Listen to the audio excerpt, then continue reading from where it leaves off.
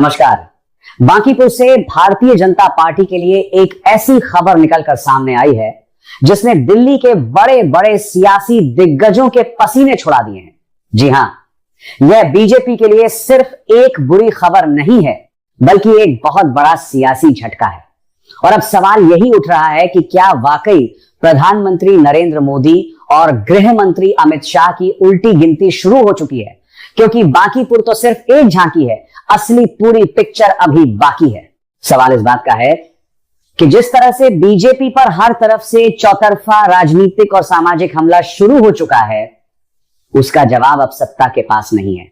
चाहे वह ABS petrol के मुद्दे को लेकर सड़कों पर उतरता मिडिल क्लास हो, लगातार होते पेपर लीक से तबाह होता युवाओं और छात्रों का भविष्य हो, या फिर दबे कुचले शोषित और वंचित तबके का वो आक्रोश जो अब सड़कों पर साफ दिखाई दे रहा है।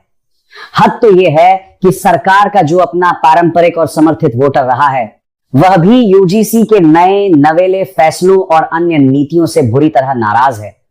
और जब कोर वोटर का यह गुस्सा फूटता है तो उसका नतीजा बांकीपुर और दतिया जैसे चुनाव परिणामों के रूप में सामने आता है। नमस्कार, मैं अभिसार शर्मा माफी चाहूंगा, लेकिन मैं आपको एक ग्राफ दिखाना चाहूंगा। जरा इस ग्राफ को गौर से देखिए। 99.9% लोग हमारी वीडियो तो देखते हैं लेकिन चैनल को सब्सक्राइब नहीं करते। तो भाई क्या बात है? क्या मैं पत्रकारिता छोड़ दूं? मैं आपसे बस इतना ही कहूंगा कि भले ही चैनल को सब्सक्राइब ना करें, लेकिन बस दिल से एक बार बता दीजिए कि क्या मैं पत्रकारिता छोड़ दूं या फिर पत्रकारिता करता रहूं। बस आपके जवाब का मुझे इंतजार है। बहरहाल आप सब्सक्राइब करें या ना करें, यह आपकी मर्जी है। हम अपने मुद्दे पर आते हैं। जिस राज्य में बीजेपी का अपना मुख्यमंत्री हो, और बिहार की तो पकड़वा शादी बड़ी मशहूर रही है, लेकिन अब ऐसा लग रहा है कि जबरदस्ती कुर्सी पकड़वा ली गई है कि किसी भी तरह सत्ता पर बने रहना है। लेकिन साहब, कुर्सी पकड़ने की इस होड़ में जनता के बीच से जमीन कैसे खिसक रही है, इसका अंदाजा शायद इन्हें नहीं है। जिस बिहार राज्य में बीजेपी का अपना मुख्यमंत्री, जहां बीजेपी के राष्ट्रीय अध्यक्ष, जहां सांसद, विधायक, मंत्री सब कुछ बीजेपी के हैं, वहां पिछले 30 सालों की अपनी सबसे मजबूत और सुरक्षित सीट पर, जहां अभी 3 महीने की नई सरकार का 6 महीने का हनीमून पीरियड भी पूरा नहीं हुआ था, वहां ऐसा करारा झटका लगा है। क्या यह मोदी और अमित शाह की पसंद, उनके फैसलों पर जनता की सीधी मुहर है कि अब साहब आपका यह तरीका नहीं चलेगा? क्या अब खुद पार्टी के अंदर खाने भी यह सुगबुगाहट शुरू हो चुकी है कि मोदी शाह के एक तरफा फैसलों का खामियाजा पार्टी को भुगतना पड़ रहा है? याद कीजिए, जब नितिन नवीन को अध्यक्ष बनाया गया तो वह सीधे दिल्ली की पसंद थे।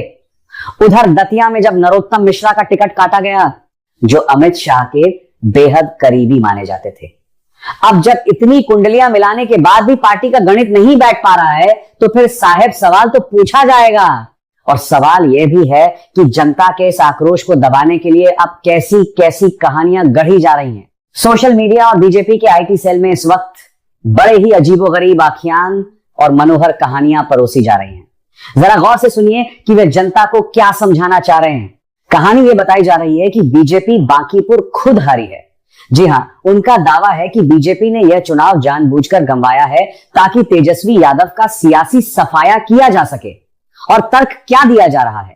तर्क यह है कि बीजेपी दूसरे नंबर पर चली गई और प्रशांत किशोर पहले नंबर पर आ गए, तो अब तेजस्वी यादव का सारा वोट बैंक प्रशांत किशोर की तरफ शिफ्ट हो जाएगा, जिससे तेजस्वी की पार्टी खत्म हो जाएगी। अरे साहब, राजनीति में एक और एक दो नहीं होते, कभी कभी एक और एक शून्य भी हो जाते हैं। लेकिन ऐसी मनोहर कहानियां गढ़ना कि हम तो जानबूझकर हारे हैं ताकि दूसरे को निपटा सकें, इससे बड़ा राजनीतिक हास्यास्पद तर्क और क्या हो सकता है? तेजस्वी यादव क्या कोई बहुत बड़े खतरे हैं जिन्हें निपटाने के लिए आप अपनी 30 साल पुरानी मजबूत सीट कुर्बान कर देंगे? 2 महीने पहले भी ऐसी ही कहानियां बनाई जा रही थी। जब जंतर मंतर पर छात्र और युवा प्रदर्शन कर रहे थे, तब कहा गया कि यह तो राम मंदिर के मुद्दे से ध्यान भटकाने का मास्टर स्ट्रोक है। लेकिन जब वहां विकेट गिरा, जब इस्तीफे हुए, तब समझ आया कहीं ऐसा ना हो कि ऐसी ही मनोहर कहानियों के चक्कर में पूरी की पूरी सरकार का ही विकेट गिर जाए। और साहब, इस पराजय के पीछे सबसे बड़ा कारण है सत्ता का अहंकार। जब आप हर मुद्दे पर जनता को आंखें दिखाते हैं, लताड़ते हैं, तो जनता का जवाब वोट की चोट से आता है। जरा एक हालिया वीडियो का जिक्र करना जरूरी है, जहां बीजेपी नेता मनोज तिवारी एक जनसभा में खड़े हैं। सामने नीले रंग की टी शर्ट पहने एक साधारण सा लड़का चुपचाप खड़ा है। वह कोई नारेबाजी नहीं कर रहा, कोई हंगामा नहीं कर रहा, लेकिन मनोज तिवारी जी अचानक भड़क जाते हैं और पुलिस वालों को डांटने लगते हैं कि तुम्हारा काम क्या है, इस नीले टी शर्ट वाले को पकड़ो, इसे भगाओ। आखिर नीले रंग से या संविधान और अंबेडकर के प्रतीकों से इतनी चिढ़ क्यों? क्या देश में अब किसी का चुपचाप खड़े रहना भी अपराध हो गया है? उस लड़के को तो आपने पुलिस के दम पर वहां से हटवा दिया, लेकिन उस लड़के का जो वीडियो वायरल हुआ उसने पूरे देश को एक कड़ा संदेश दे दिया कि साहब, जो थप्पड़ आज उस आम नागरिक के स्वाभिमान पर पड़ा है, कल वही जवाब बनकर आपके गाल पर आने वाला है। जनता मालिक होती है साहब। अगर कोई आपकी सभा में विरोध की मंशा से भी आया है तो लोकतंत्र का तकाजा यह है कि आप उसे बिठाएं, पानी पिलाएं और उसकी बात सुनें। 2 लोगों को डराकर आप 100 लोगों का दिल नहीं जीत सकते। वो जमाना चला गया जब किसी एक वर्ग को निशाना बनाकर बाकी जनता को खुश कर दिया जाता था। अब देश का आम नागरिक कह रहा है कि भाई किसी और की चूड़ी टाइट हुई या नहीं, लेकिन महंगाई एथेनॉल ब्लेंडेड ईवीज पेट्रोल से कबाड़ होती, गाड़ियां जीएसटी की मार, बेरोजगारी, चंदाखोरी और लगातार होते पेपर लीक से हमारी चूड़ी जरूर टाइट हो गई है। 20 लोगों को परेशान करने के फेर में आपने 80 लोगों का जीना दूभर कर दिया है। तो क्या जनता में समझ नहीं है? क्या वो ये सब नहीं देख रही? अब जरा बांकीपुर के आंकड़ों पर नजर डालिए। बांकीपुर कायस्थ बहुल सीट मानी जाती रही है। रविशंकर प्रसाद का इलाका हो या नितिन नवीन का क्षेत्र, हर जगह बीजेपी का सुपड़ा साफ हो गया। जो बीजेपी पिछली बार 98 वोट पाकर प्रचंड जीत हासिल कर रही थी, वह सीधी गिरकर 44 वोटों पर आ गई, आधी से भी कम। और आप अपने समर्थकों को मनोहर कहानियों की अफीम चटा रहे हैं कि हम तो जानबूझकर हारे हैं। इतिहास गवाह है कि जब आपने किसी को मोहरा बनाया है या जनता के गुस्से को नजरअंदाज किया है, खामियाजा भुगतना पड़ा है। सवाल सिर्फ बिहार का नहीं है, सवाल 2027 के यूपी चुनाव का है, सवाल 2029 के लोकसभा चुनाव का है। जो एसआईआर सर का प्रयोग बिहार में हुआ था और जिसके दम पर बड़ी बड़ी बातें कही जा रही थी, क्या जनता अब उन तमाम दावों की हवा नहीं निकाल रही? आज देश का युवा सड़कों पर है। झारखंड में पेपर लीक को लेकर युवा अगर कांग्रेस जेएमएम सरकार से सवाल पूछ रहे हैं तो यह बहुत अच्छी बात है। सवाल हर सरकार से पूछा जाना चाहिए, चाहे वो किसी भी पार्टी की हो। लेकिन देश के ज्यादातर बड़े राज्यों में, चाहे यूपी हो, राजस्थान हो, मध्य प्रदेश हो, गुजरात हो या महाराष्ट्र, वहां तो आपकी तथाकथित डबल इंजन की सरकारें हैं।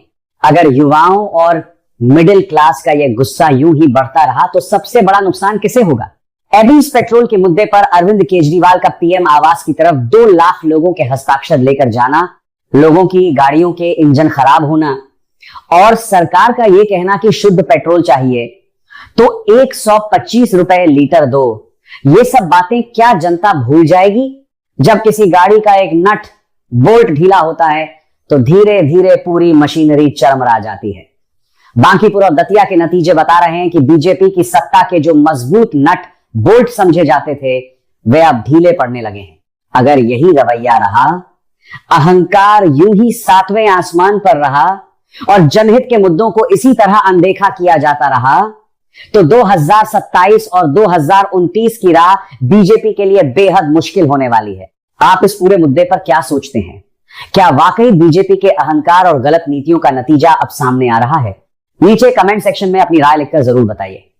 अगर आपको यह विश्लेषण पसंद आया हो तो इस वीडियो को ज्यादा से ज्यादा लाइक कीजिए, शेयर कीजिए और निष्पक्ष पत्रकारिता को समर्थन देने के लिए इस चैनल को सब्सक्राइब जरूर कीजिए। शुक्रिया, धन्यवाद।